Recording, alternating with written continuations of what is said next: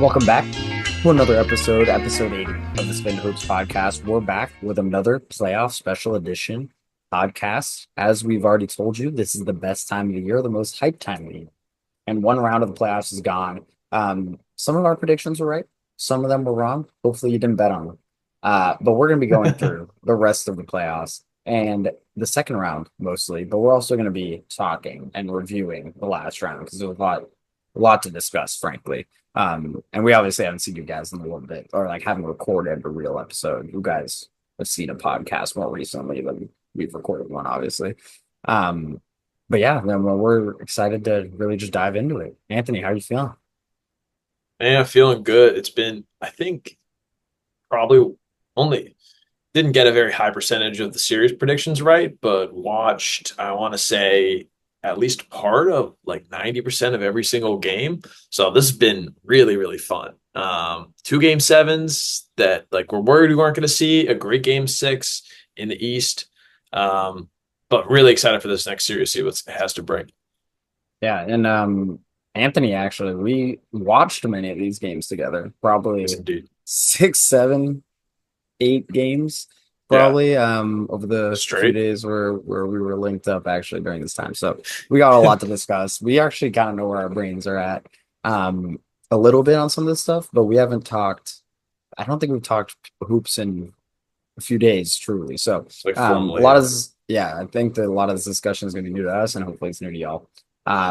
And we're going to just go through this. We're going to talk about a round or like a matchup, talk about the winner of that matchup, break up the matchup and the winner of the matchup that they would be playing against, and we'll just move through the playoffs like that.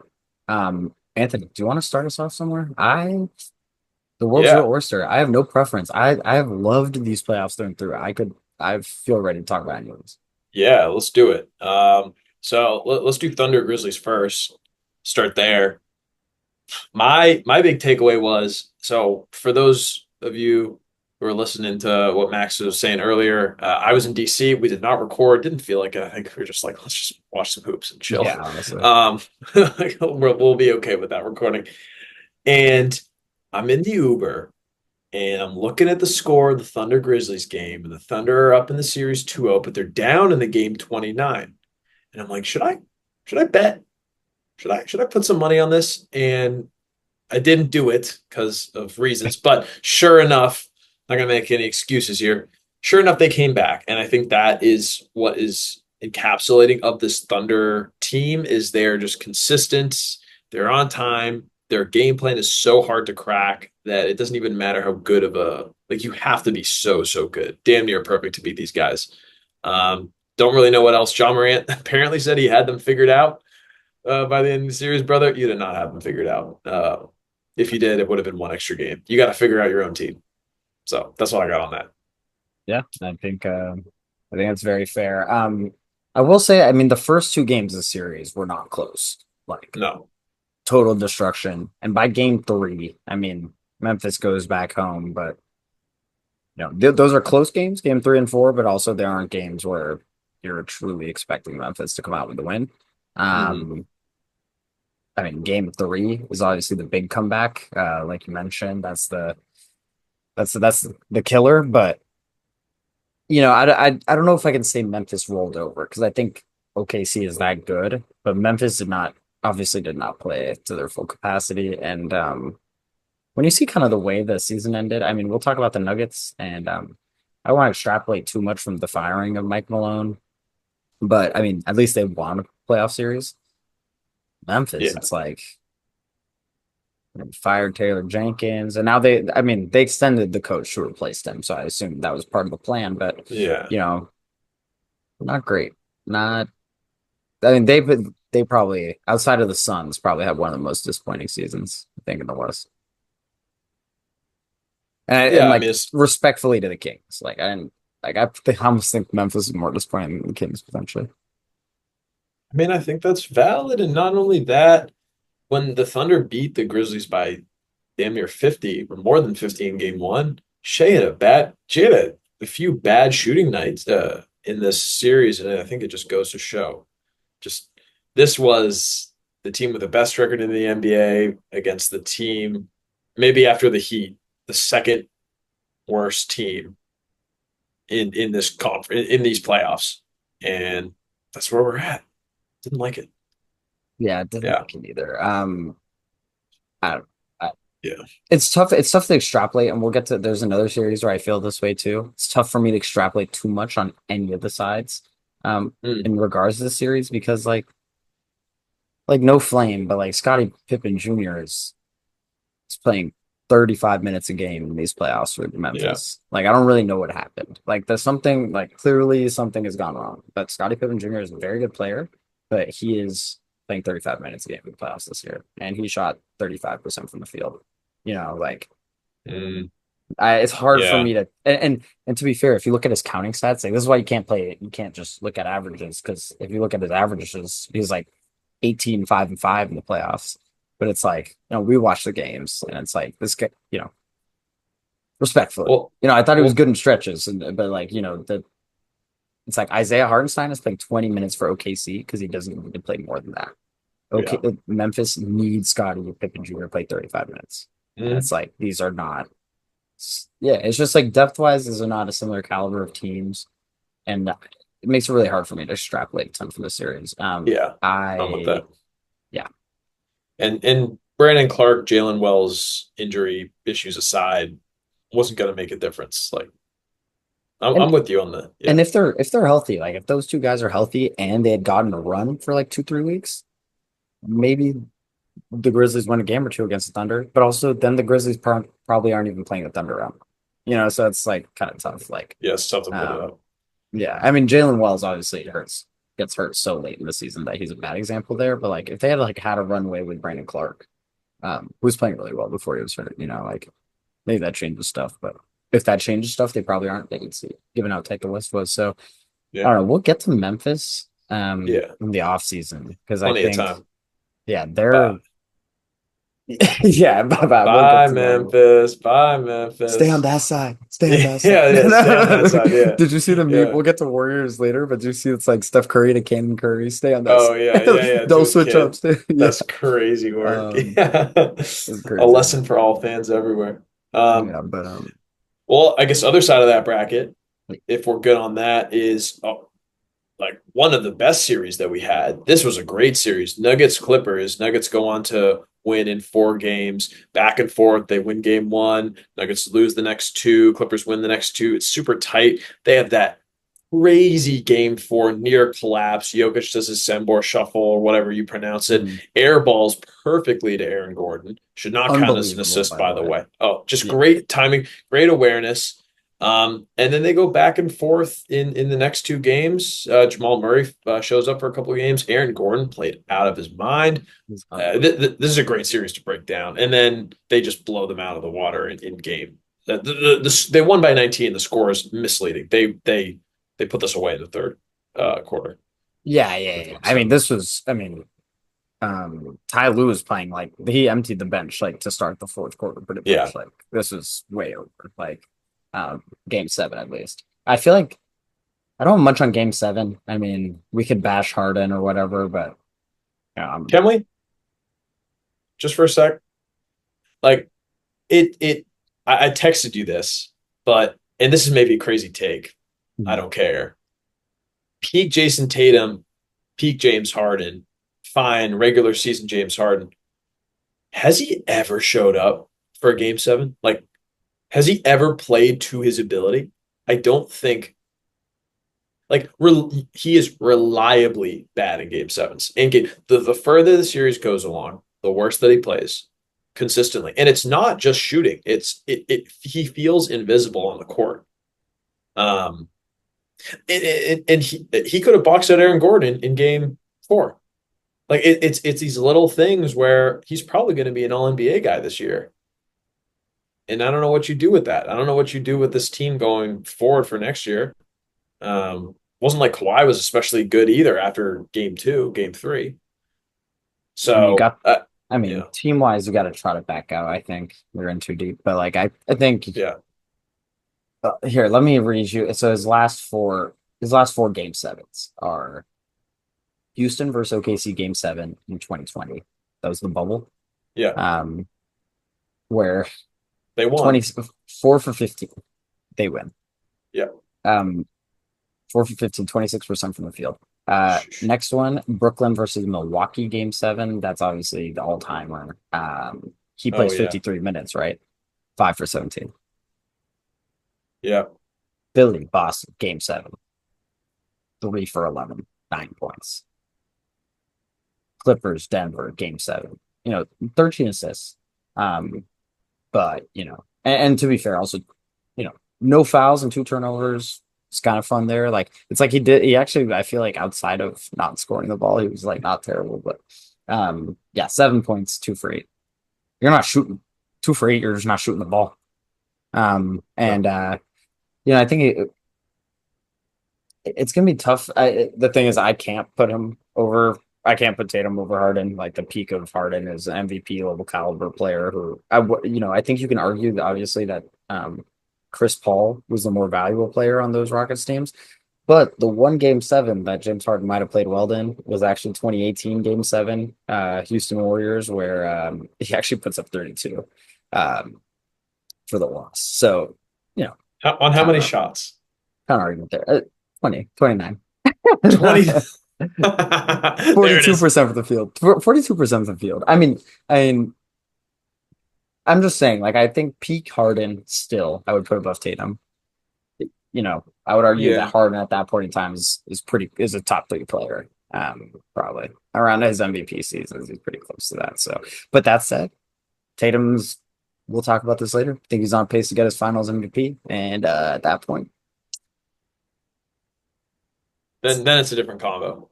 But yeah, yeah, I mean, yeah. What else did you make? So we both got the series wrong. We both thought Clippers in either 6 or 7. I thought it was going to be Clippers in 6. I thought I said even Clippers in after seven. you Yeah, said Clippers in 7. Yeah. I So so the something that happened that I expected to happen early was Denver just went to a 6-man lineup. Like they just had 6 players playing. Like you knew who they trusted. Um, there's 6 players, obviously. Russ and the starting group. yeah, You got some Peyton Watson minutes. Obviously, that was your and one coverage. That was your one yeah, like minutes cover. But outside of that, I mean, Jalen Pick and DeAndre Jordan play like 30 minutes in this whole series. As much as DeAndre Jordan did play some moments, and did give some coverage defensively. I mean, his net rating is horrible. DeAndre Jordan in this series, so not going to talk about him too much. Outside of that, really early they go to 6-man lineup and they pull out basically what game three and game four or they pull out game four in desperation mode with just I mean, the starting lineup. Let me give you game four minutes played of the starting lineup for the Nuggets: 44 minutes, 43 minutes, 42 minutes, 42 minutes, 42 minutes. That's their 5 starters. So immediately they go to this really shallow lineup, and by the end of the series, I mean, they're kind of able to go back into 30 minutes of Russell Westbrook, which is something that I feel like has to be talked about. I think Russell Westbrook by the end of the series is giving them a lot of coverage minutes wise. Um, and and I think it's really impressive. Do you remember before the season you told me you thought Russell Westbrook could be a big player on this team and if it was going to happen anywhere, it was going to happen in Denver. Well, mhm, game 6 where they lose, don't get me wrong. Game 6 they lose. Russell Westbrook is able to play 35 minutes for this Nuggets team in the mhm, playoffs, and it's not wasted minutes. Russell Westbrook after game 7, I mean, he had a really great, great quote where he's like, I just play like me. I'm a really cerebral player, but I try to do the most all the time. And sometimes it's the turnover, sometimes it's a 3-pointer, sometimes it's a steal, sometimes it's a missed layup. And like yeah, the way he broke it down was so beautiful. And frankly, for this team, it works because you just need the minutes. You need the energy. You need the minutes. And in game 7, when he gets that teak after the dunk, and was it game 7? He yeah, riles up the whole crowd. Just like those moments are truly like awesome, awesome. And I feel like that. I think early again something I expected. There were those that starting lineup. The bench was going to get shallow, and it yeah, was going to become a minutes grueler for the Nuggets, and they kind of were able to pull it out with the grueling minutes. I mean, it wasn't sustainable from game 4 onwards that they were going to have to be able to play their guys 43 minutes again, and Russell Westbrook ended up being the cover for that. So I have to give him a lot of credit. yeah. Last game, 16 points, 5 boards, 5 assists, 5 steals. He shot 41% from three in this series or something insane like that, just from the corners. Yeah. Um, he's doing it. I think I think you're totally right.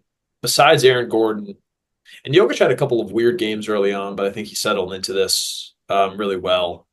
Mhm. Aaron Gordon, man, we Unbelievable. saw this and if he was healthy, they'd probably be the 2 seed, to be honest. He just missed so much time this year. But even in that last game, he shot 9 for 16. He's averaging 19 points per game in these playoffs. He's really, really good. He just knows exactly where to be at the right time, gets offensive boards.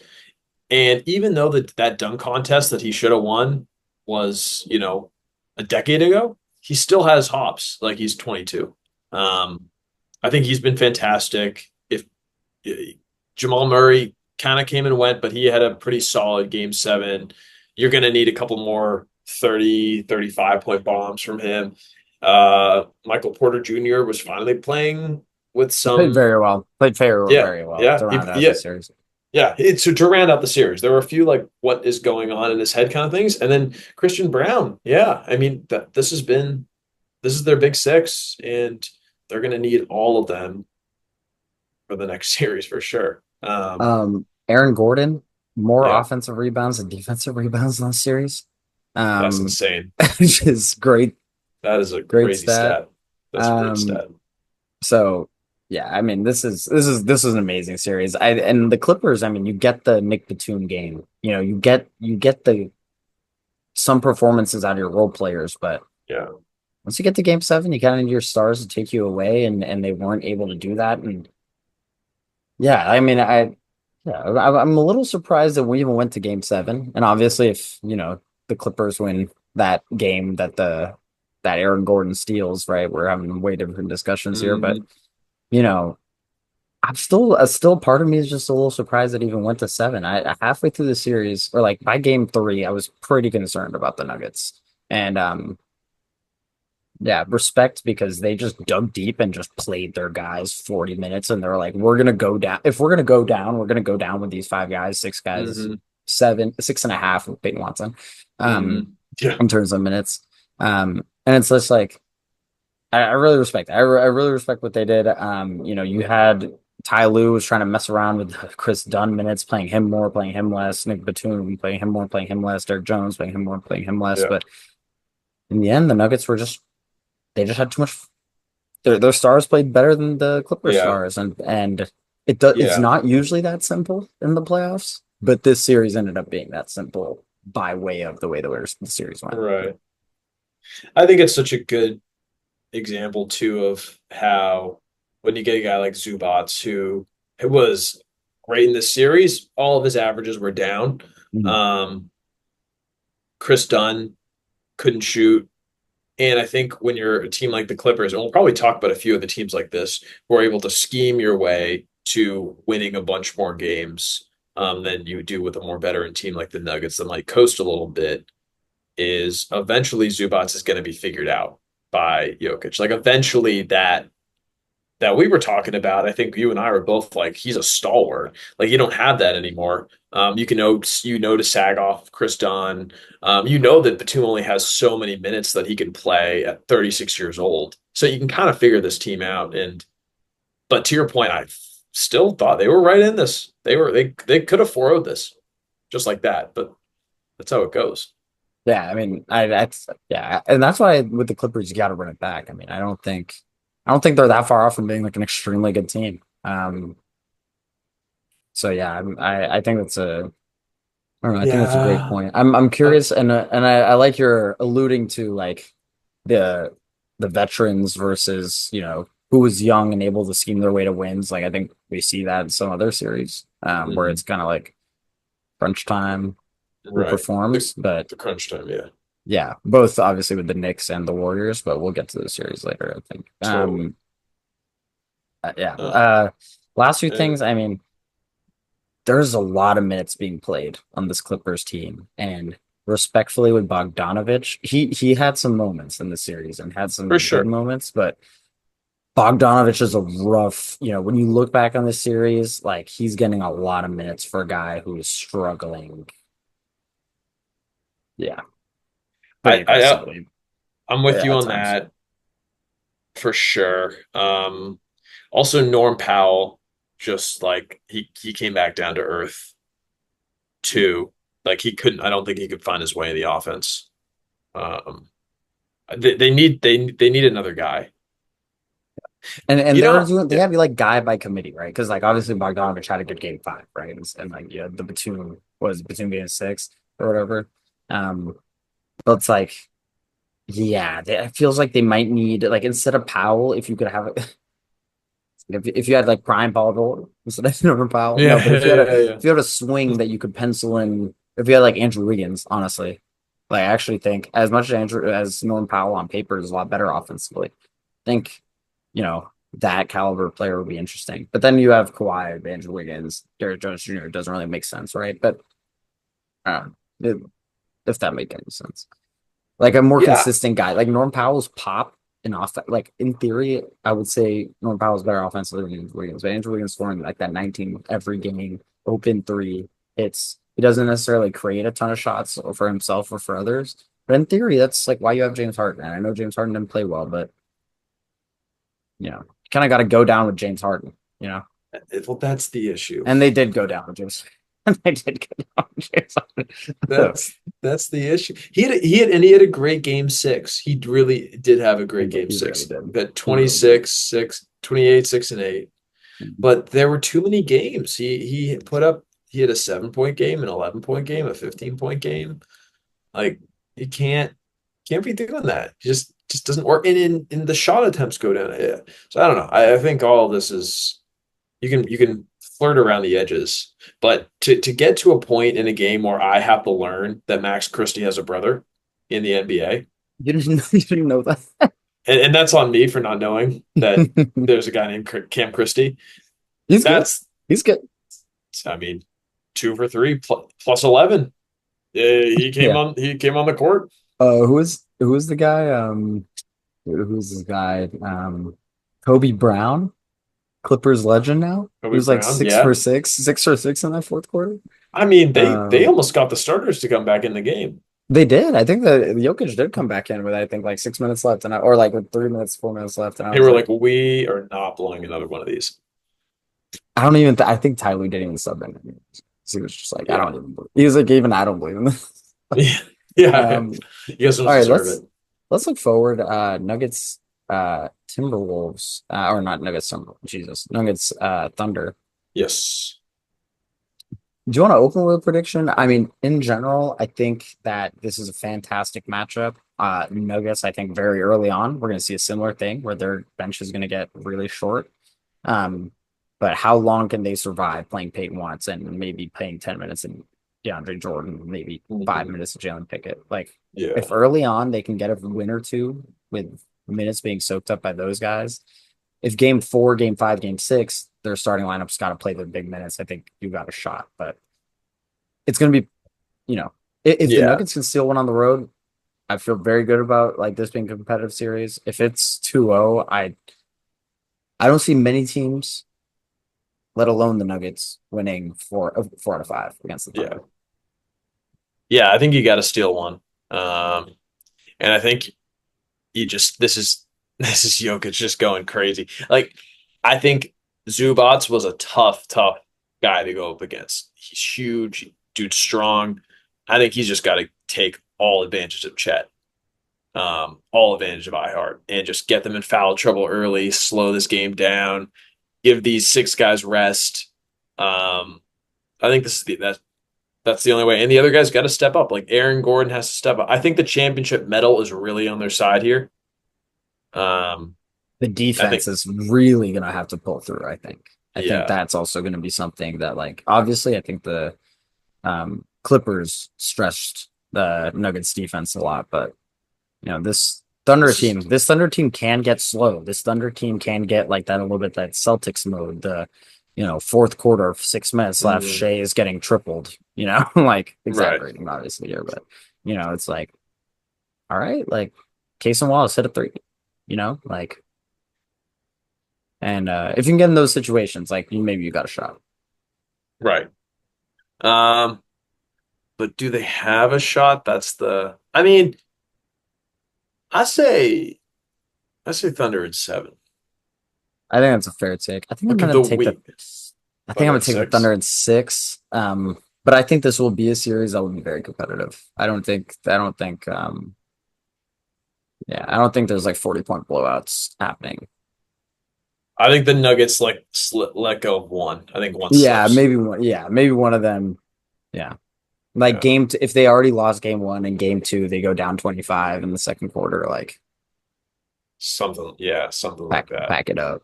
Um, yeah, I think Yeah. key guys in this series that I'm very curious. Obviously, iHeart is going to be really interesting because Mm. he's going to get some run in double big lineups. Obviously, with Jokic being on the court, but Chet iHeart versus Aaron Gordon and Jokic feels like a slow, no flamed iHeart. And I do think iHeart's not that slow. I think he's actually pretty technical, but as a center, but you know, when you break up that front group, it's like I don't know if the double big lineup's going to work that well. Yeah, yeah, especially with Aaron Gordon and he's 6'10", he's 250, 260. He can kind Like of just match up. you're gonna get a lot of like Jokic is going to try to get iHeart onto him on offense, and then try to then run a pick and roll where the iHeart and the action, whoever the ball handler, but whoever the point of attack defender is with Jamal Murray, and it's like, all right, iHeart, can you play this pick and roll coverage correctly for like 30 straight times? Like, Yeah, over and over and um, over. and that's kind of curious about that. I think I think Michael Porter Jr. is abundantly important in this series, as always in all these series. But I think like in this series specifically, like you kind of need him to stretch the floor against a team So with yeah, so many defenders. I think with yeah, the defensive caliber of this Thunder team, as good as the Clippers can be, depending on the lineup, obviously, yeah. the whole caliber of this Thunder team defensively is very high. It's just consistent. They don't Yeah. stop. They don't stop. And if MPJ is just shooting 40% from three throughout this series, and it's like I have to stick out on him and I can't lose him, like that's big. Because he's the only one. Frankly, he's the only one. They're gonna be okay with Aaron Gordon shooting the ball, especially after coming off a series where he shot 28% from three or something. Yeah, Thunder, that's gonna be the guy. Like Aaron Gordon is gonna be the guy where they're gonna let shoot. Michael Porter can't become a guy they're also comfortable with shooting. Yeah. yeah. Well, he'll make them. I think Aaron Gordon will make a few shots here. I I don't like Great three this. point riser in the Yeah. playoffs, actually, Aaron Gordon, historically. Oh, really? Yeah, I didn't know that. his 3 point percentage in I think the last two playoff runs they've had has been like 41% Oh in both. shit. Well, and with all that, I mean, the line is OKC minus 10.5. I think that's ludicrous. For game one? I think that, yeah, for game one. Uh, Like I don't trust my betting advice, but I put money down on the Nuggets for that for sure. Dude, if the Nuggets can get to a game seven, though, I kind of like the Nuggets just mucking up a game seven against this Thunder team. And it's like, oh, like we're just gonna get super slow. Like we're gonna super it's gonna be 85 to 89, you know, the Yeah, fourth quarter. And it's like we're down four. I like Jokic's odds of hitting a three over your head and then getting a layup. Like, right. Right. At that point, fewer we gotta stop. possessions. Yeah, we Yeah, gotta stop here, whatever. Like, yeah. but this is gonna be I don't know. I think this is Thunder in six. I think the Thunder just there's a talent gap. Talent. Grizzlies Yeah. series, I didn't see anything to scare me in that Grizzlies series in terms of like worries. Um, but actually, if you look at the total point outputs of the Grizzlies Thunder games versus the Nuggets Clippers games, are kind of similar. It's not like the Thunder are putting up 135 in every game. Mhm. It's obviously the playoffs versus the regular season game. So, Yeah. but picking hairs to try to give the Nuggets as much of a possibility here as possible. Yeah. But I'll say yeah. Yeah. That's my official prediction. Weakest prediction in basketball is the home court team wins in seven. fair That's my enough. take. Let's move on. Let's move on. That's a Yeah. lot of time we spent on those two Yeah. series. Yeah. Yeah. So next two series in the West. Yeah. We'll save yours for last. Um, Lakers Timberwolves. We were both wrong. I believe we both said Lakers. That was just an factually incorrect opinion, and they didn't get mollywopped, but they got late game crunch time mollywopped. And we talked about it right after the series where it was like, damn, we should have known. And I remember Yeah, when the Luca trade first happened, I actually came on this pod like back then, and I was like, yeah, hey, like I am not that scared of this Lakers team if they don't get a yeah, center. And then they didn't real. get a center because of the Mark Williams trade. And I never readjusted my like playoff expectations for them, honestly. And I think that's kind of an L. Um, I don't Yeah, think there's much the Lakers could have done better in the series. I mean, you got pretty good performances out of Luca, got pretty good performances out of LeBron. Reeves could have been better, but yeah, Hachimura is about as good as you could hope. Dorian Finney-Smith is like 42% from the field, 37% from three. It's like, all right, you wish you got a little bit more out of Gabe Vincent, but he's a streaky guy. I mean, they had six guys that could play.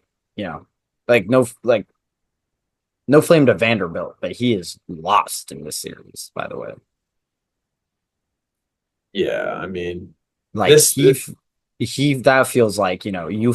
I feel like they figured like pecking order wise, just like if I've got Dorian Finney-Smith and Rui on the court, which ideally I don't have both, right? Just situational, but it's like because of that Vanderbilt can't like, you know, I don't know. yeah. What's he gonna do? He's Um, literally playing center for them if he's on the court, so it's like yeah, I don't know. This is just this was a very uninspiring series, and even Rui, like he played all right, like he didn't play that bad. But I thought he if you played quite need, well. yeah, if you need him to play well, and Reeves, yeah, I honestly I don't think he played that well. Like I just No there Reeves. Reeves and Yeah, even yeah, if he did, you get 70 points from the big three, and then where else are you getting that versus with this Timberwolves team? You're getting Ant, of course, but you also got Randall, who, by the way, he played out of his mind in this series. yeah. He went right at LeBron, right at Luca, and then you got Dante, who played all right, and you got Nas, who played all right, and you got Nikhil You Alexander, got the who played Gobert all right. game. You got Right. the Gobert game. You got the stretches, like the first four games of that series, the Yeah. Naz, Dante, Jaden, Randall, Edwards lineup, that five man without Gobert was killing them in the small ball lineups. And that's because of Randall, frankly. Randall's playing small ball five. Obviously, Naz Reid is there and a lot of that too. So it's like he's kind of the five. Yeah. Um, but basically, I mean, Randall and Naz Reid in the front court is pretty small, and Julius Randle's playing a lot of in the paint minutes and something that like defensively we haven't really seen him do in the past. And I thought he was really good. I thought Randall was probably the unsung hero of the series. Um, Ant was not that good in this series, which is one of my worries moving forward. If you're playing the T Wolves, is like Ant could be a lot better, and they just won a five. That said, this is a Lakers team that was too slow. They were a little too slow to expose a Randall and a Gobert because I think as much as I don't love Gobert or Randall guarding Luca or LeBron on ISOs, they're just too slow of a team to create these mismatches, get the shot off, and they're not getting offensive rebounds. That's where the T-Wolves killed them a lot of times too. Um, Yeah, I don't know. This Lakers team just didn't feel built to take advantage of the series, despite us picking them. By game Yeah. two, I really felt like it was going to It's go like, the other way pretty quick. whoops. Yeah. Yeah. Yeah. Yeah. Just a tough. I mean, I thought it felt like there was an Anthony Edwards gonna shoot awful, yet still play well game coming, um, which he kind of did. I mean, he only had 15 points on 17, 19 shots, but he had 11 boards, he had 8 assists, he had 3 steals. Um, yeah, it'll be interesting to see how this goes. I think that with the Lakers in the offseason, to your point, you definitely bite your whatever for not following through on the tree with Mark Williams. I think that just destroyed their chances. I mean, they just looked old and they looked tired. And I keep seeing all these clips on Twitter of Luca from when he was like first, second year in Dallas. Dude, And I've been seeing those clips too. it's It's like, like was it Luca before he got to American food. right? Yeah, no, yeah, dude. They're sending it to Robert F. Kennedy for the Maha movement, saying, look what Dallas did to this man. Like, it's just tough. I don't know. That was gonna They had they had the best, probably three of the top five players, and yeah, yeah. But this is you. I mean, you sent me this the weak link take about We were basketball, yes, yes. This and is this feels like a prime example of the Lakers of a weak link team versus the Timberwolves not being a weak link team.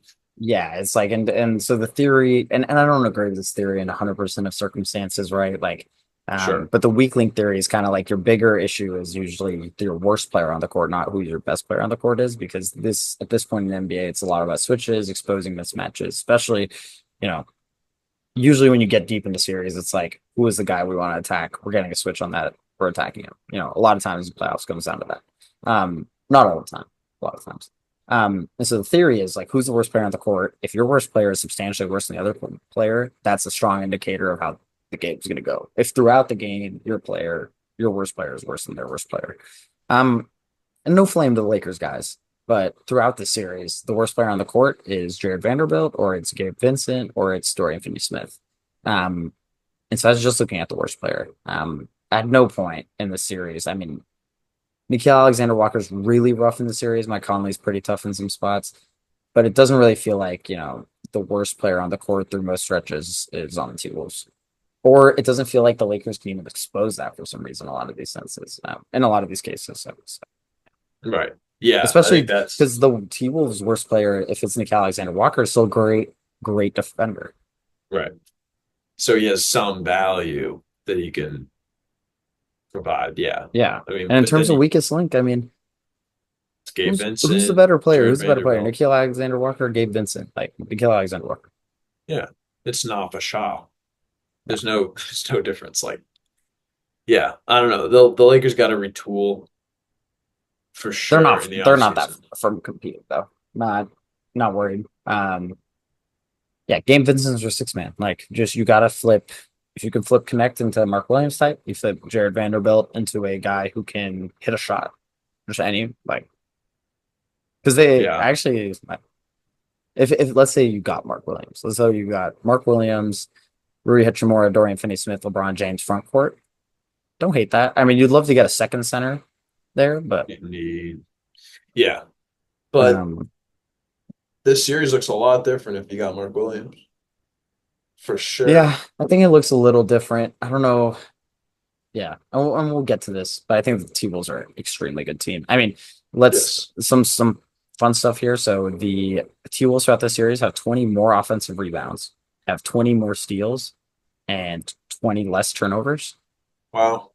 So you're basically just like over the course of 5 games, you get like 10 possessions a game more just off. Just Um, off that. and and that's not again, I know you got a good Julius Randle series and but like you got a bad one out of Ant Edwards. And frankly, or not a bad one. Like he could have been better. And he had some clutch shots also. This is the thing. And I'm poo-pooing Ant's performance. He had 26 a game, hit a lot of really clutch shots. But I mean percentage wise, 33% from three, 42% from the field. That's a level down of what we've seen in the regular season throughout his career, even in the playoffs throughout his career. So Yeah, it'll be interesting. Actually, a question that I had looking at this before we move on is when was the last time the Timberwolves made the second round in consecutive seasons? Do we know? never. Have they ever? With KG, did they make it in consecutive seasons? Um, let me look this up. Um, so- I mean, nope, never. It's Not once. incredible. Wow. Yeah, Wow. the All right. loss. I mean, one, two, three, four, five. They get the seven straight first round exits, right? And they have the conference finals appearance loss. Don't make the playoffs until, um, yeah, they don't make the playoffs until Jimmy Butler stuff get first rounded. Yeah, and then they made two first rounds in a row, conference finals, and then another second round. That's pretty impressive. I mean, this is already the most successful T-ball stretch ever. Yeah. Damn. There we go. Well, shall we move on to their opponent series? Yeah, yeah. All right, Maxwell, have you take it away? How you feeling? Ooh. I never want to play the Rockets again in my life. Yeah, so the Warriors, they beat the Houston Rockets in seven. The Warriors go up 3-1, lose two straight, game five and game six, and then take game seven. And not the closest game of the series, but definitely a competitive game seven. Throughout the series, you get like a injury from Jimmy Butler. He obviously Yeah. misses game three, or game, yeah, he misses game three, which the Warriors actually win. Um, but then, you get some other injuries like GP2, Kuminga, miss games, like those that don't really matter in the grand series scheme of this series. Um, Overall, I think this series can just be broken down to, and it was basically Şengün and Van Fleet going crazy. Rockets looking for other offense outside of them next to Amen Thompson. I mean, Amen Thompson, you can pencil him for like 12 to 14 points a game in the series, but they're looking for any sort of offense outside of those guys. While the Warriors, it was really two guys, Steph Curry and Jimmy Butler. Jimmy Butler, 18 points a game in the series, Steph Curry, 25 points a game in the series, looking for anyone next to them. Yeah. And in game seven, Buddy Hield answers the call. And frankly, I mean, I thought Buddy Hield was actually extremely good throughout this series, even defensively, which can't believe I'm saying. Like, I cannot believe I'm saying I thought Buddy Hield was good defensively, but I thought he was incredibly good defensively at times. And overall, the Warriors end up pulling it out despite pretty poor performances from everyone not named Steph and Jimmy throughout the series. Yeah, I mean, pretty. I don't know, what a rock fight series. Yeah, I mean, Uh, I'm kind of bearing the lead, but like this was a total rock fight. These teams like just totally beat up on each other for seven straight games. The Rockets pushed it to seven, which was just classic. Just it was great. mhm, That grittiness that you saw from them was unbelievably impressive. I mean, mhm. the Warriors basically threw out game five, get just slammed in game six. I know the game was close, but honestly, they got beat pretty handily in game six off the back of a pretty poor Steph performance also. Um, but I mean, in the end, the Steven Adams lineups end up really changing the series in a lot of ways, and that's just even more of a bully lineup, and that's really what the series is all about. Just these two teams just knockout strikes all series. I mean, how many games even went to over 100 points? Like, I guess most of the games had at least one team going to 100 points, but you know, in four out of the five games, you had a team that didn't score 100 points. Yeah, it's very impressive. And then I think the game seven, the last quarter, was sort of the tale of the difference of these two teams. Like the Warriors finally just went ahead and finished them off and hit some threes, and that was all she wrote. Um, yeah, I don't know. This was a very interesting series in terms of the Warriors. I feel like got exposed for some lack of depth issues, which I think really was highlighted by just how intense the Rockets were on defense. Just and you're it gives similar vibes. The Rockets feel like the Magic of the West in terms of just we are just going to hound the hell out of you. We might not be able to score too well, but we're going to hound you. So I think the even though the Timberwolves are better than the Rockets, I think that the Warriors probably have a sigh of relief that it's not going to be quite as miserable Oh, physically wise. yeah, absolutely. And to the Rockets' credits, I mean, they were one of the best teams on defense this whole regular season and probably better than the T-Wolves, actually, who last year I was calling the T-Wolves one of the best defenses I ever seen. And this season, I think the Rockets actually probably been a little bit better than T-Wolves on defense. So I think, yeah, I think that's really makes sense. We'll get into the matchup itself a little bit later. I actually think it's not that bad of a matchup for the Warriors. The Mm. scheduling is kind of messed up, but we'll get to that later. Yeah. I just think the Rockets kind of were able to piece together these lineups, whether it was like Jabari Smith minutes here and there, Steven Adams again, who really changed the series. Yeah. And they like went away from Dylan Brooks when they needed to, etc. To really like I think Ime at games three and four, Ime got out coached severely, but games five and six, Ime was quite good. And really was able to piece together an offense. Like this is a horrible half court offense, but this half court offense in the regular season on efficiency wise is actually better than the T Wolves, which is funny. Wow. But I mean, it's also the regular season. Like their top scorer is Yeah. Jalen Green, like who was horrible in the series, and so Ime's whole job is to piece together an offense in the half court that doesn't have a 20 points per game score in Jalen Green, Yeah. pretty much in the same capacity. So I thought they were really impressive. Considering the series Jalen Yeah. Green had, I could not believe they pushed it to 7, and they did. So Yeah. I have to give them tons of credit, frankly. Yeah. I think they did a great job of trying to keep Steph out of it too. Yeah, they were a I heard lot it. better. Yeah. They were a lot better than I expected. Yeah. And very excited. I mean, they're in a great position. They are in And a great I position for the think I picked the offseason. Warriors in 7. I think I you think I did. picked the I think I was actually more bullish. But yeah, I think you got that right. Mhm. Yeah, You nailed it. and the Rockets are still more impressive than I expected, Yeah. frankly. Um, yeah, like the resolve once they went down 3-1. I mean, I think game 5, I kind of expected the Warriors to lose, but game 6 told me a lot about this Rockets team. Told me a little bit about this Warriors team, but I think that game was also a little bit like the stars not showing up. Game 5 told me a lot about the Warriors in terms of like, come on, y'all, like wake up. Like, yeah, But yeah. Don't do that. Like, yeah, you don't want to play more. yeah, Um, and they cooked themselves because like even if they had won game 6, they were gonna play the T-Wolves on every other game schedule, and yeah. if they really need to get out of the series in 5 to have a long term shot in these Yeah. playoffs, which I guess we can transition to T-Wolves Warriors. Really great matchup. This is actually a matchup that the Warriors historically do really well against the T-Wolves, and especially in recent history, Steph has really been fantastic against this team. And on the other end, this is a matchup that Ant Edwards has actually been asking for years. I mean, this is a Yep. matchup that he's actively been like, I want to take down this team, and he's going to have a shot to do that. Um, Small ball lineup, the Lakers small ball lineup doesn't compare to the Warriors one. If I'm being totally honest. Like the Warriors small ball lineup is just way more energetic, offensive Mhm. rebounds a lot better, plays way better defense. Um, but has a way worse offense. And I think that's where the T-Wolves are really going to set themselves apart in this series. They just have too many points. The Warriors don't have enough. And if the Warriors can piece together scoring, you know, they totally can pull out the series, in my opinion. I'm just truly skeptical, especially after what we saw in this first round, that the Warriors can put together scoring next to Steph and Jimmy Butler. Yeah. I mean, where with how the Timberwolves finished, with the rest they got, taking care of business quickly against the Lakers, with how the Warriors had that just tough rock fight. I think it'd be interesting to see with if the Warriors can take it to the Timberwolves. I actually think the Warriors have. I think everybody's riding high with the Grizzlies right now, and I don't know. T-Wolves.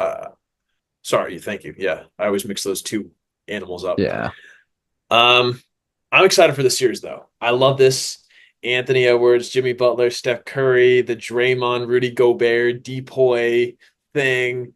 This thing's gonna have a lot. As a fan, I'm very happy it's the Warriors in this series, and I'm probably gonna lean Timber. I'm gonna do the weakest thing again and go Timberwolves in 7.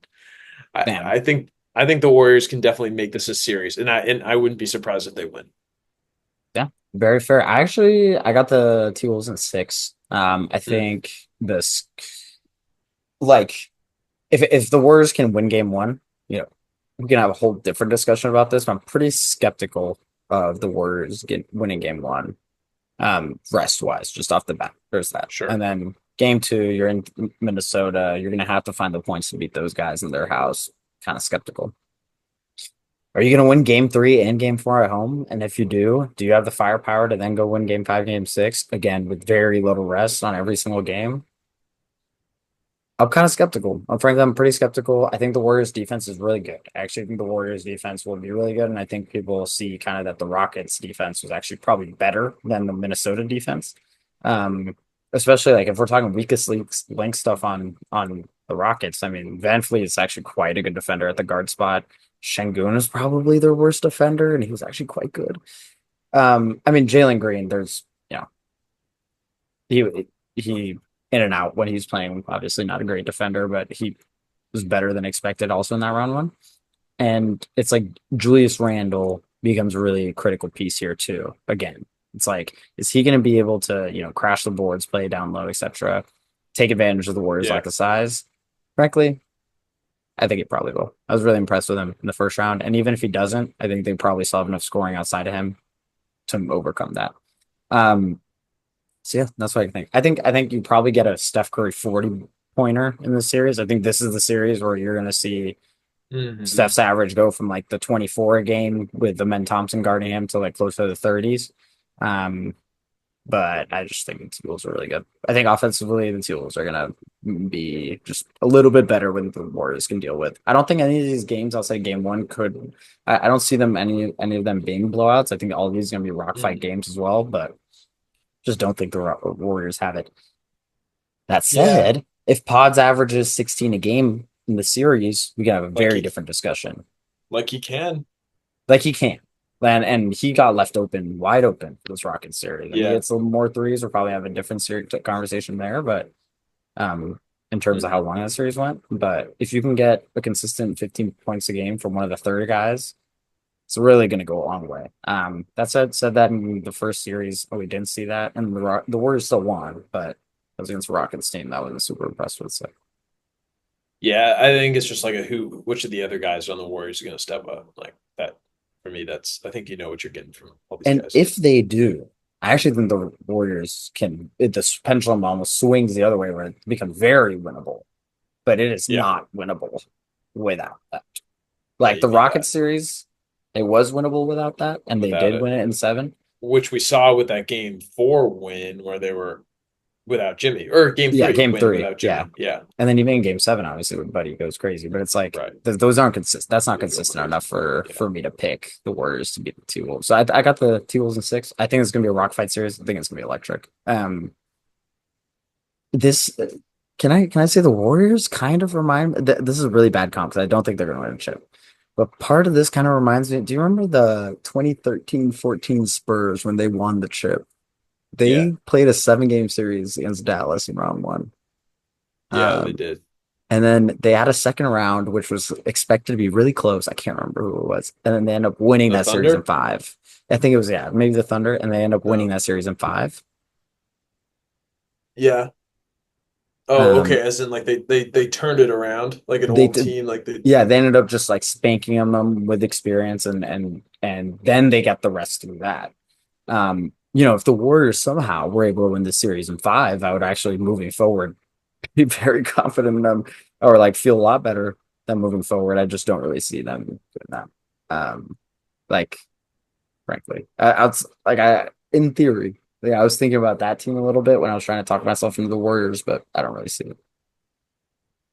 Um. And their metrics, actually, the Spurs and the Warriors metrics, if you look at their season long regular season, like during those regular seasons, they're like rankings and their metrics are So actually really similar too. But pretty yeah, similar. Yeah. Let's see. Yeah. Offensive rating seventh, defensive rating third. They beat the Blazers in five in the second round, and then they beat the Thunder in six. six. They were down 0-2, and then they came. No, that was 2012. Mhm. Wait, yeah, they were down 0-2, right? And then they came back 4-0 in that series, I think, in the conference final.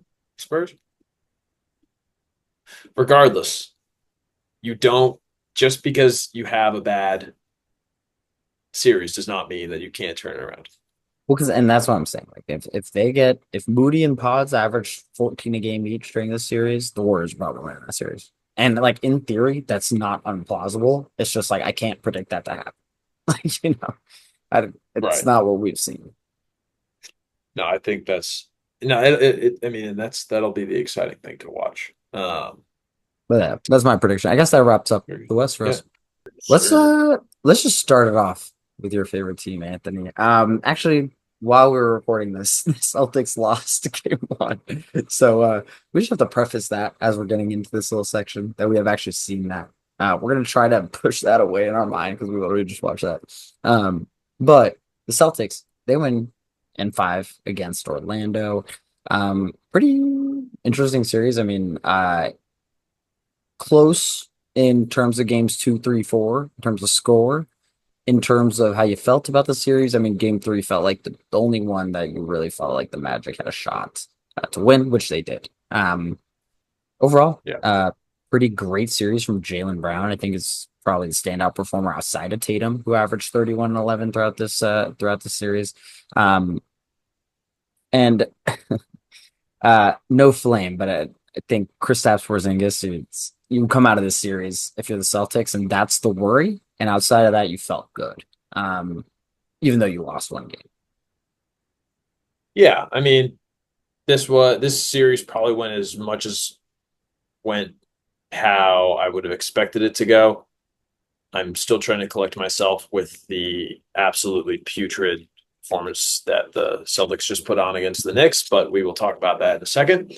Um, the Magic are a great team. They're going to be really, really good next year once they get Suggs back. Once they get another shooter, another offensive player. I heard something about Anthony Simons potentially being linked I to love that. the Magic, Kobe right? White, So Kobe Kobe White. White, yeah, just That's somebody what I like want. they don't need a good defender. They just need like a good scorer that can help Franz and Paolo. Um, I thought this very happy for the Celtics to get out of that series in five, just give them a chance to rest. Although it didn't really help them very much in this first game and against the Knicks, especially with Drew and his hamstring issue. I think to be able to win games without him, to win a game without Tatum, just says a lot. But mad kudos to the Magic. They're going to be good next year. Not looking forward to playing them. Yeah, I mean, and they're starting Corey Joe in this series. Like I can't rate this. It's worse. That's worse than Scottie Pippen Jr. Like Corey Joe. Arguably could have been out of the league at a moment in time. He actually plays quite well in the series for his standards, I thought. But the one thing on the Magic point, we could talk about Franz, Paolo, etc. I also will say I thought Wendell Carter is extremely good in this series, especially offensively. When he's on the court, it feels like they actually, I don't know, their offense plays a lot better in my opinion when he's on the court. Um, but someone I loved was Anthony Black. I loved Yeah. Anthony Black in the series. Think it's game two where I think we were watching this together, right? Was it game two? And he's Mm, pressing first quarter, and he forces two turnovers, yes. etc. And I'm just there like hyped at the You're TV. I'm loving it. getting loving it, and offensively, still a lot to be desired, right? He shot 15% from three. Um, but he gets the six most minutes on this team on a team that needed offense. They couldn't go away from him being the most played bench player because he was just that tremendously good on defense, in my opinion. Um, you know, zero assists in his 90 minutes on the court is really rough throughout the series. So definitely a lot to be desired offensively, but defensively, I think I'm kind of moving forward this Magic team and telling myself, if Jalen Suggs coming back, taking up this Corey Joe spot, so be it. KCP, he's been bad, but I'm going to chalk it up to the fact that he has to be the third best offensive player on this team when normally he should be like a Sure. good defender who can shoot a three. Hmm. KCP's kind of gone from a good defender who can shoot a three to now, I am the third best offensive player and I can dribble, Yeah. which is a problem. Um, so let's get into it. Let's play KCP at the three or whatever. And let's bring in an offensive guard who of a higher caliber potentially than Cole Anthony, who is just awful in the Yeah. series, quite frankly. And I think that you have that four man of KCP, Suggs, Black, and an more offensive 6'4". I don't want too short of a guard, like Yeah. 6'4", 6'5". Like Shaden Sharp would be awesome, actually. That would Hmm. be because the thing is you don't need this player to also ball handle too much because Paolo and Franz have the ball so much. You'd like that to be an aspect of this game, but at some point it's like Cole Anthony actually is pretty good off the dribble skills, but he's not going to ball that much off the dribble because Paolo and Franz. Um, so I think you're looking for I guess Shaden Sharp is kind of a good example of a guy I'd really like on this team. Hmm. Um, but I think if I'm the Magic, feel good. We stole a game off the Celtics in a series where we didn't have Jalen Suggs, who we've seen over the season ended up being extremely valuable. And let's make some upgrades. I hope they don't waste too much time, and I hope they cash in a little bit on these Cole Anthony's, Gary Harris's, Caleb Houston's, who've been around for a few years, and they're not giving me too much at this point. Hmm. Yeah, no, it was fun seeing Corey Joseph. Man's been, hey, shout out to that 2013-14 Spurs team you talked about earlier. Like still out here. Dude, Um, he was on the Warriors last year, and he was sorry, Dog. man, he was fucking awful. He was fucking awful. Like so, Well, I could not believe he started 16 games for the Magic this year. And, Impressive. and by the way, he was fucking awful last year, but this year is actually pretty good.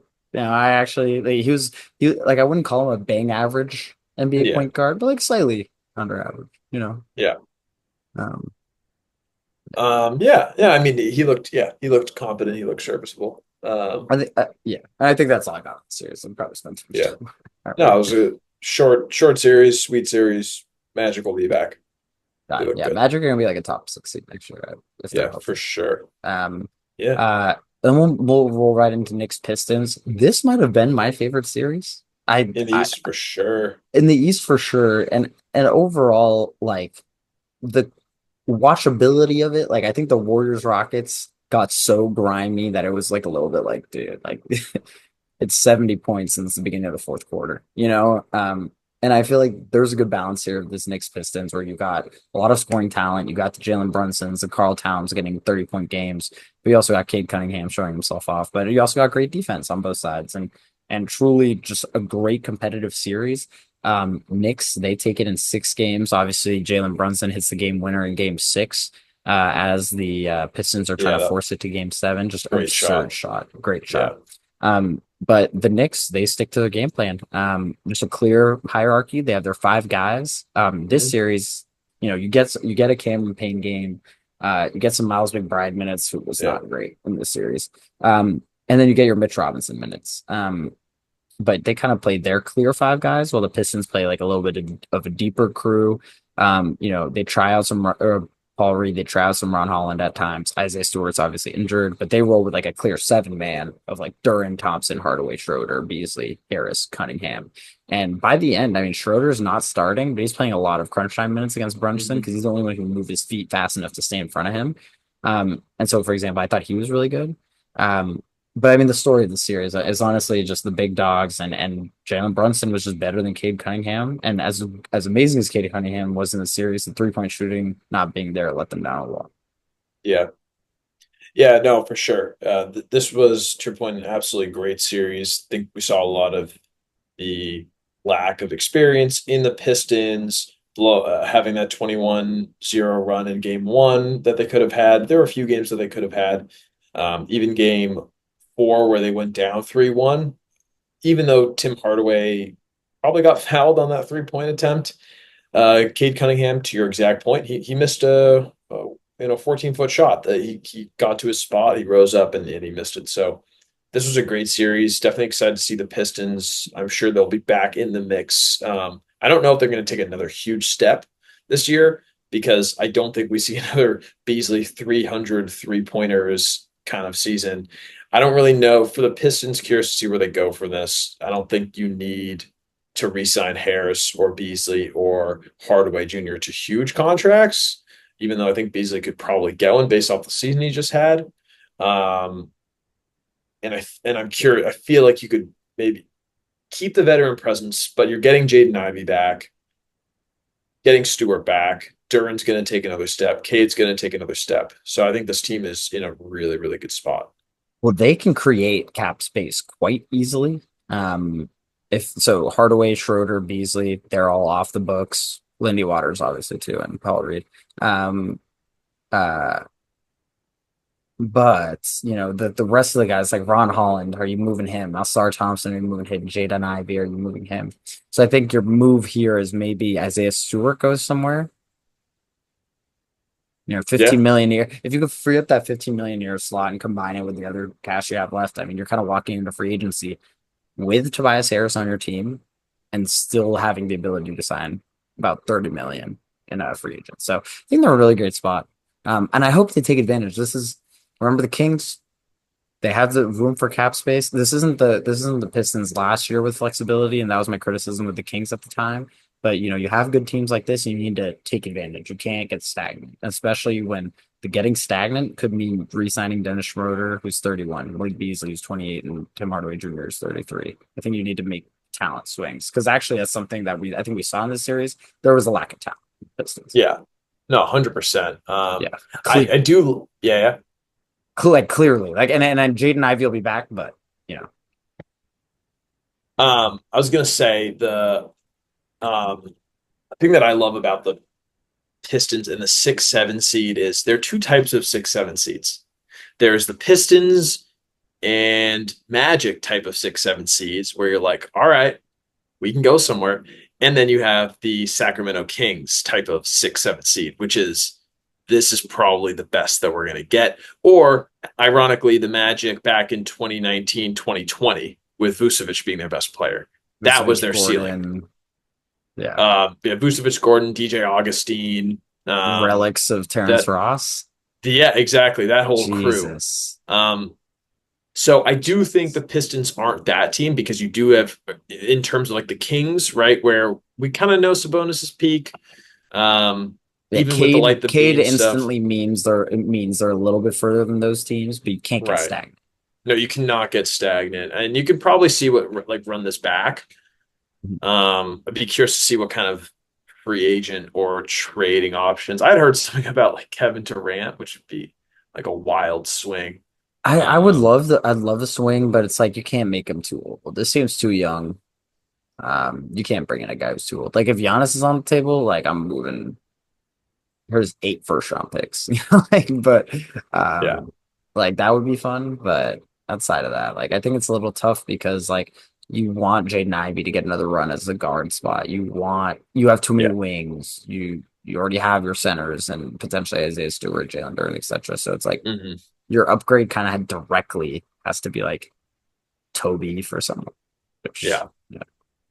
I actually, funnily enough, I think Katie would be interesting because you could do Harris, let the other guys walk, Harris and a bunch of picks. And then your thought hmm. process is Durant's going to raise us for a few years. And then whatever Durant retires, hopefully that experience he's brought along to us helps us out a lot. And, so be it. No, for sure. No, this is an exciting one. Shall we talk about the winner of both series? Absolutely. Pistons Celtics, obviously, we're a little biased here. We've just seen game one. Yeah, Or did I say Pistons Celtics? Knicks you Celtics. did. Uh, not Pistons Celtics. Knicks Celtics.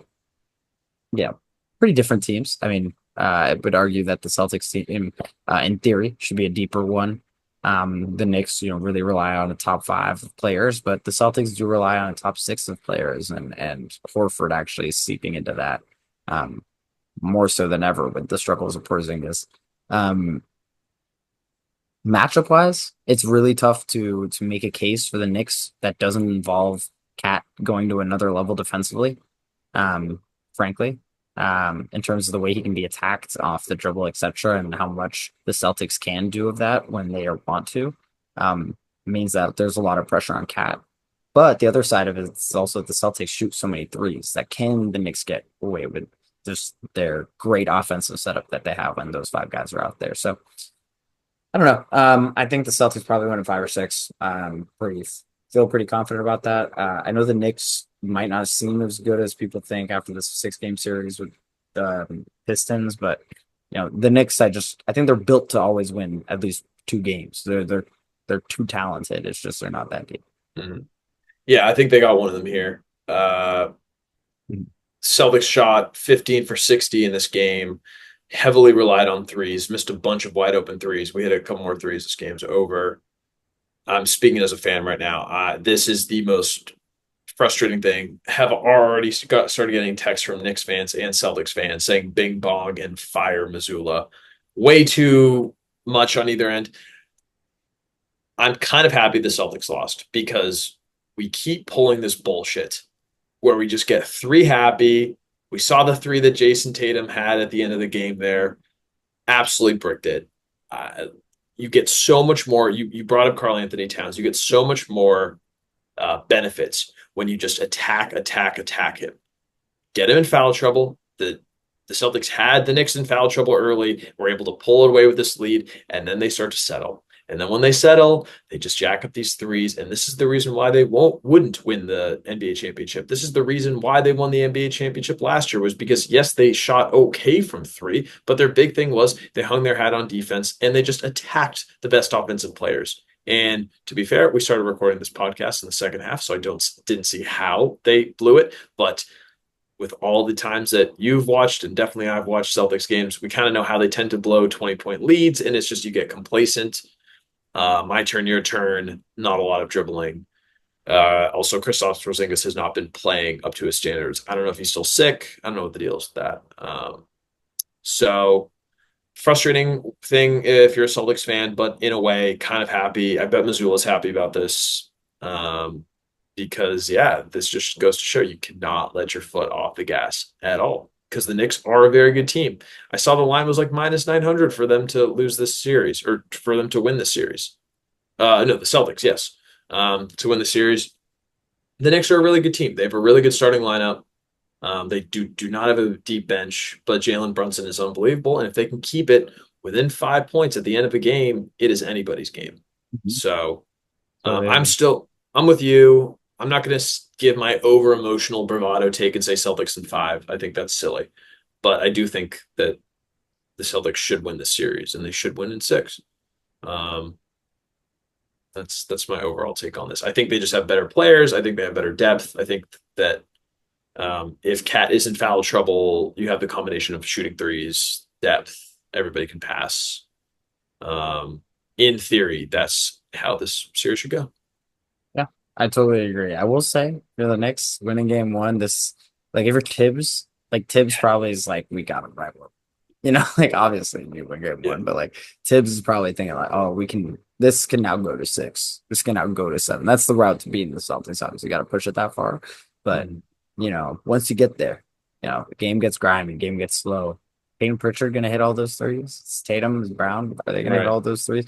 You got to give yourself a shot in that way. So, Mhm. if I'm a Knicks fan, I'm incredibly happy. Even if you lose game two, Yeah, no, no, you stole your game. Like you're good. yeah. Uh, And yeah, so that's I don't have too much to add. I'm all right. feeling pretty So confident Boston should win, but we the should. symptoms are there. If you're a Knicks fan and you're telling me they're gonna win in seven, the symptoms are there. Mhm.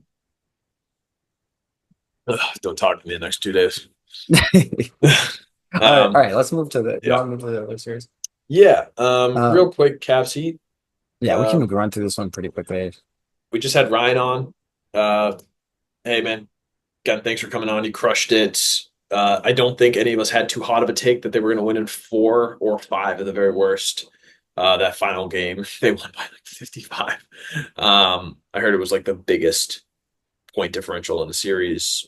I don't really have too much to say. Bam was a non-starter offensively, and Tyler Hero really cooled off really quickly. Well balanced offense. They won without Garland, although that might prove to be an issue going forward. Curious what thoughts you might have on all that. Yeah, honestly, don't have a ton to add. I mean, Ty Jerome was electric in the series, obviously, as well. Yeah. The talent gap, you kind of see it between the Cavs and the Heat, if we're being quite honest. I mean, Davion Mitchell is spectacular in this series, and you just can't Mhm. get anywhere close if you're the Heat. And that's the type of guys you need to be playing well. Yeah. Um, but across the board, I mean, Yeah. all the Heat guys struggled. All the Cavs Yeah. guys played well. Don't have Yeah. too much That's how it analysis goes. here. I mean, you know, I don't know. Like Isaac Okoro shot 37% from three in the series, and you're kind of like, can you save this for round two? Um, but yeah, that's about it. I mean, I don't have too much analysis here. I thought, the closest game was probably what game two, and frankly, it It wasn't. it wasn't very close. Yeah.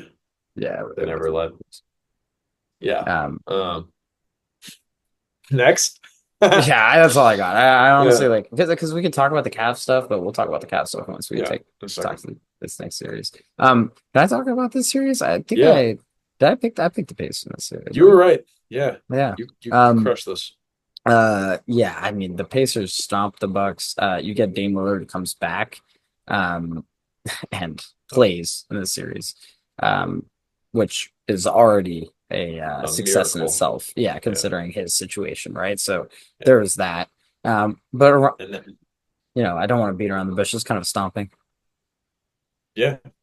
Like I think that's frankly what it was. Across the board, is basically just Giannis against the Pacers. You get your Gary Trent game, you get your Bobby Portis game, and that's just not, that's not enough to push the Pacers to game six, game seven. A team who basically has seven or eight double digit scorers throughout this whole Hmm. series, which is crazy. Anyone from Ben Shepherd to Benedict Mathurin to Aaron Nesmith, you know. So yeah, it's just a depth and talent gap. I mean, if we were to rank these players, I would say Giannis is the best player in the series. by a lot.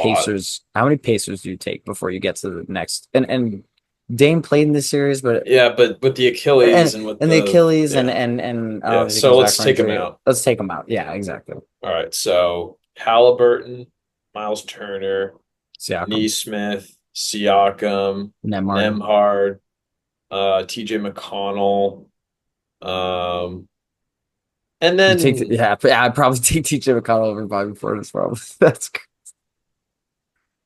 that crazy. at least six. At least Oh, six, and then Obi it's like Toppin. he played tremendously well in the series. The thing is like So responsibility wise, if Bobby Portis was the eighth man of the Pacers, yeah, I think he'd be as good as Bobby Portis, as so Obi Toppin, right? so But maybe yeah, 5.5 guys. yeah, 5.5. We'll say 5.5 guys. Yeah, that's yeah. I think that's the series right there. It's just not competitive at that point. Yeah, Kyle Yeah, Kuzma with a cool 5 points a game in these playoffs. yes, sir. 20 points from three, 34% from the field. Well, Can't tell me AJ Johnson wouldn't have been better than that or as good as that. or Chris Middleton. Or Chris Middleton. Yeah. No, that was I was trying to say AJ Johnson to lower the Oh, bar, okay. even lower. That Yeah, was like the worst of the two players that you got yeah, probably could have done that. yeah, brutal. Yeah. Um, Outside of that, one positive, loved AJ Green in the series for Milwaukee. be curious to see what Milwaukee does. I think they need to let the dust settle um, on the future. And everybody's Blow it up. saying trade Bucks, Red but button. Red button. Hit the red button. yeah, I don't know. I mean, Maybe they wait. if you can talk anyone into taking on Dame, like it's not gonna happen, but like That would have to, yeah, that'd probably because be, they don't have their picks. This is the thing. Like you can't yeah, do the Warriors like we're gonna be bad for a year. You don't have to pick. yeah, Like you're yeah, bad for a year, and so what? yeah. And in Then you're theory, just they should bad. probably if you keep Giannis, though, you should probably still blow up like some of this and do some youth development because this is another. They just don't have youth. They should do some sort of youth development. So I actually think like taking a step back wouldn't be the worst idea. But that's not how the NBA works. You're not gonna like trade away Bobby Portis and Kyle Kuzma and Brook Lopez and tell Giannis like, oh, like trust us, like our youth guys are gonna Yeah. level us up. These random dudes that we got off the scrap heap. Like in theory, that's what you probably should do, but it's not what's gonna do. I mean, they haven't drafted well at all. Like at all. Their draft has been terrible. If they had drafted like OKC, they'd be fine. But Hey man, they got AJ Johnson. I thought was really good, and then they panicked yeah, and traded him for Kuzma. And AJ Johnson's next year will be better than Kyle Kuzma. And it's like, like that might be aggressive a little bit still. Like I'm really flipping on sure. Kuzma here, but like But yeah, he was yeah, bad. he was really really bad, and yeah, I'm sorry, I'm stuck on AJ Johnson because I'm a Wizards homer, right? But AJ Johnson, at the back end of his time with the Wizards was absolutely electric. So, anyways, um, with the Wizards this season, I don't have too much time on it, too much to say on this series. I thought the Pacers are just a level ahead of this team. I'm really excited to see what the Pacers do moving forward. I think Cleveland's still a level ahead of them, but the Pacers are a spoiler team. They shoot the three ball really well. They can defend in the pinch really well. Their players are there's no true weak link defensively. Halliburton's your weak link and he's pretty good defensively, honestly. Not often. Um, so kind of curious to see where this Pacers stuff goes. We're recording this after game one. Obviously, Hmm. Pacers did win that. I think there's some injuries there. I'm a little concerned Yeah, about Mobley long term. Garland is obviously hurt. for sure. So we'll see. Like obviously, if Mobley and Garland are both out, you can adjust my prediction. But I think the talent gap is still there where Cleveland should be able to take advantage of this Pacers team. Yeah, I mean, I think I've been telling you this for a bit, even since like the end of the regular season, that I would rather have played the Knicks than the Pacers in the second round. Even though we lost, I'm grateful that we are. The Pacers are a nuisance. They were a nuisance. To your point, the spoiler element of this. Um, Last year in the Eastern Conference Finals, Celtics just had the experience and won those close games. I think the whole listing that we just did, I mean, we did not add the Ben Shepherds and the Jarris Walkers of the world, even even 5 minutes of Thomas Bryant, whatever. Um, But yeah, I mean, I think the Pacers are really good, dude. I think that, and don't get me wrong, the Cavs have a crap ton of depth as well. So this is tough, but I think the Pacers just play with the speed and they have this team defense that is so, so tough.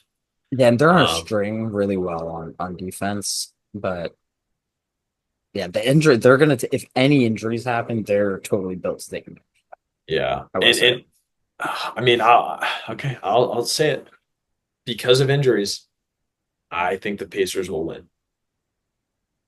I'm gonna go on that one. I'll say Pacers are gonna win this in seven because of the injuries, probably. Awesome. I Even think though that's Donovan awesome. Mitchell will be the best, but And that's we an need electric one. team. We need one of these. So Yeah, that'll be mine. I think the bench, I think the Cavs bench being better. Like I think the Cavs bench, if you just go down the line, I think it's probably better than the Pacers bench, however deep the Pacers are. And I think that might end up, being like one of the difference makers. I Hmm. think like Hunter, Ty Jerome, and then whatever you get from Dean Wade and Okoro. Obviously, game one not great from either of them, but when Garland's back, hopefully neither of them have to play. And I think that's probably where this goes. I think this goes down to an 8-man lineup for Cleveland, where Okoro and Dean Wade fall out of the rotation and becomes really a dogfight. Mm, Yeah, and the Pacers are going to keep playing their deep team, and then they are. they're not gonna tighten up their rotations unless they have to, right? So No, that's going they. to be really fascinating. I think they're the team that probably tightens the rotations up earlier. Is probably in the worst situation in this one. I think specifically, it's not the Nuggets, especially with the injuries the Cavs have. When the Nuggets tighten the rotation, it's because they're about to play these dogs for like 48 Yeah. minutes. Cleveland starts tightening up the rotation, it's because they're going to feel very little confidence in like a DeAndre Hunter or Sam Merrill or maybe even a Ty Jerome. So that's like something I'm curious about. Yeah, it'll be interesting. I mean, Ty Jerome is very serviceable, but you can't have him as your I number mean, two guard. defensive. That's the thing. Like the offensive Pacers is really going to expose like guys like Ty Jerome and Sam Merrill Yeah, defensively. Like unless those guys and like Garland, really dude. fire. Yeah, exactly. And Garland. It's like unless those guys are really firing, like this is totally an upset. That could happen. Yeah, I'm gonna pick the that's fair. Cavaliers in six though, and operate off Yeah, the hope that we see Mobley and Garland back within the next two games. If by game three we still have injuries, like obviously just my prediction in theory, but I think for now it's still rolled the fact that if Garland was here, I think he sucks up a lot of those Dean Wade Okoro minutes and makes a lot of those lineups maybe make a little more sense outside of that. yeah. No, I think that's I fair. will say I think the Cavs defense is really bad though. I Or not really bad. It's not the first half of the season Cavs defense, which is a I'm with worry of that. mine. Yeah, I mean, they need that. Um, I mean, and Mobley needs to be like Fully healthy. healthy and doing his thing. Yeah. Yeah. Um, But even outside, even if Mobley is healthy and doing thing, the rest of the guys have been worrying me a little bit. Even Jared Allen, yeah. yeah. Well, that and that's the issue is like, what are you gonna do when you get Jared Allen on a switch and then you pull him away from the rim and then you got the ball zipping around and people are late on their rotations and they're layup three. Just like this team can go on a 15-0 run in 2.5 minutes. And Um, in theory, the Cavs should too, but and Pacers it defense is also on a very string true. enough Yeah. where they can get stops. So like Yeah. it doesn't. I don't know if Cleveland can get this time of stops. Right. No, yeah, and there'll be a couple of like bad shooting Pacers games and Yeah, you're gonna um get a Cleveland. Yeah, yeah, yeah. Cleveland's not losing in five, right? no, no, no, no, not at all. Um Are you adjusting your long term? I feel like we kind of went through all of our round two, one, two stuff. Do you have anything else? yeah. But um, No, I'm just trying to stay emotionally regulated, my man. are you adjusting any of your long term predictions? Honestly, like obviously, I think I had. Celtics over Thunder. Yeah, it's Celtics over Thunder, but I think like I think the I didn't have Minnesota Timberwolves. making. Yeah, I mean, I didn't have them making the second round, and No, I think they'll neither did probably make I. the Western Conference Finals. Yeah, I think they will. I think we both do. I feel like we're 3 for 4 on our agreed takes. I'm almost going like further the other way, where I'm like, I don't think the T-Wolves can beat the Thunder in a series. Frankly, I think like a team that would have needed to beat the Thunder would have probably needed to be like a Warriors or Lakers type. That's star power is taking over. and experience. I think that's the teams that they would really struggle with, which is one of the reasons I think the Nuggets are an interesting matchup. But if anything, I'm almost got as this first round is played on, I feel like more than I ever think it's going to be Thunder than Celtics. I feel like. I think the T-Wolves could. I think the T-Wolves, if they can get by, I think they could definitely give the Thunder, if the Thunder lose or win, a run for their money. I mean, I think they Like, give them a run, but